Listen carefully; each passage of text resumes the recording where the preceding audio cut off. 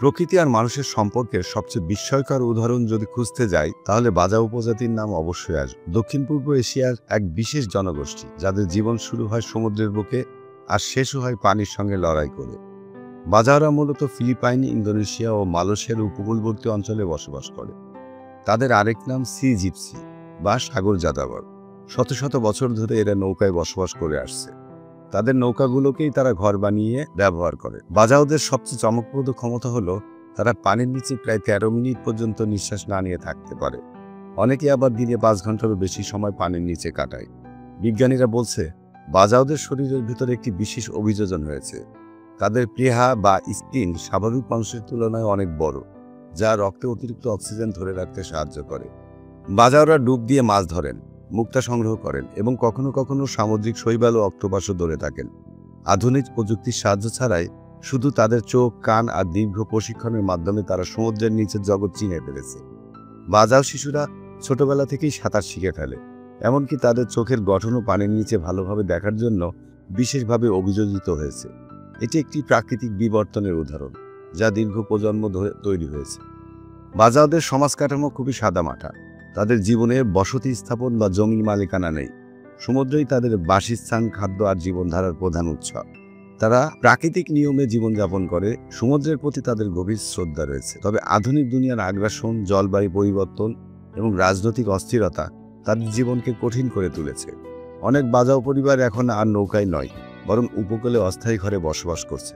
তাদের ঐতিহ্য হারিয়ে যাওয়ার আশঙ্কা দেখা দিয়েছে। অনেক বাজাও শিশু আজ স্কুলে যেতে পারছে না। নাগরিকত্ব না থাকার কারণে তারা স্বাস্থ্যসেবা বা শিক্ষা ব্যবস্থার সুযোগ থেকে বঞ্চিত হচ্ছে। ফলে একটি প্রাচীন জনগোষ্ঠী আজ অস্তিত্ব সংকট হয়ে পড়েছে। তাদের জীবনযাত্রা শুধু চরম পরিবেশে টিকে থাকার কাহিনী নয়, বরং এটা এক গভীর আধ্যাত্মিক দৃষ্টিভঙ্গির প্রতিচ্ছবি। বাজাওরা বিশ্বাস করে সমুদ্র একটি জীবন্ত সত্তা, যার ইচ্ছা, রাগ আর মমতা আছে।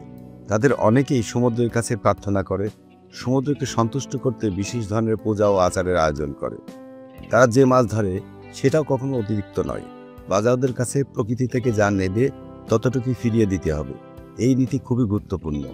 এই আত্মনিয়ন্ত্রণ আর প্রাকৃতিক ভারসাম্যের প্রতি শ্রদ্ধা আজকে আধুনিক সমাজের জন্য এক বড় শিক্ষা।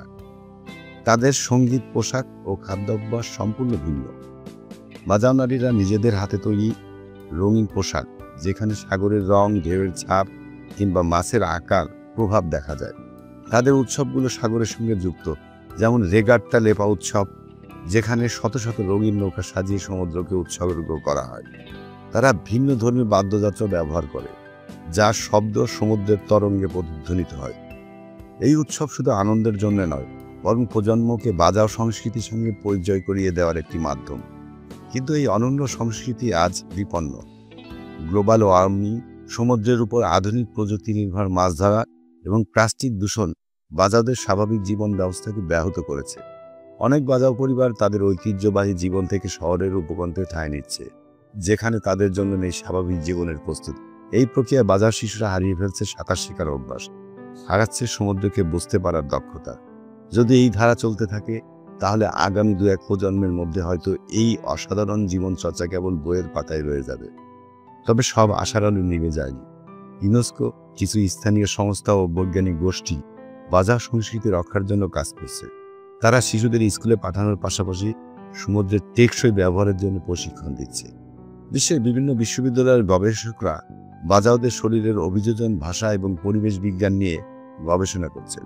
কারণ বাজাওদের জীবনচর্চা আমাদের পৃথিবীকে টিকে থাকার চাবিকাঠি হতে পারে, বিশেষ করে জলবায়ু সংকটের এই যুগে। তাদের গল্প আমাদের কাছে শুধু বিস্ময় নয়, বরং অনুপ্রেরণারও। তারা জানায় মানুষ কতটা কমিয়ে, কতটা গভীর প্রকৃতির সঙ্গে একাত্ম হয়ে বাঁচতে পারে। তারা শিখিয়েছে প্রকৃতিকে জয় নয়, বরং প্রকৃতির সঙ্গে সহাবস্থানে টিকে থাকার সবচেয়ে বড় কৌশল। বাজাও উপজাতি কোনো পরিণতি নয়, তারা এক চলমান কাহিনী। আমরা যদি চাই, এই কাহিনী থামবে না। তাদের পাশে দাঁড়ানো মানে কেবল একটি সম্প্রদায়কে সাহায্য করা নয়, মানব জাতির একটি গুরুত্বপূর্ণ অধ্যায়কে টিকিয়ে রাখা। তাদের গল্প শুনুন, ছড়িয়ে দিন, কারণ যতদিন সমুদ্র বেঁচে থাকবে বাজাওদের গল্পও ততদিন বেঁচে থাকবে।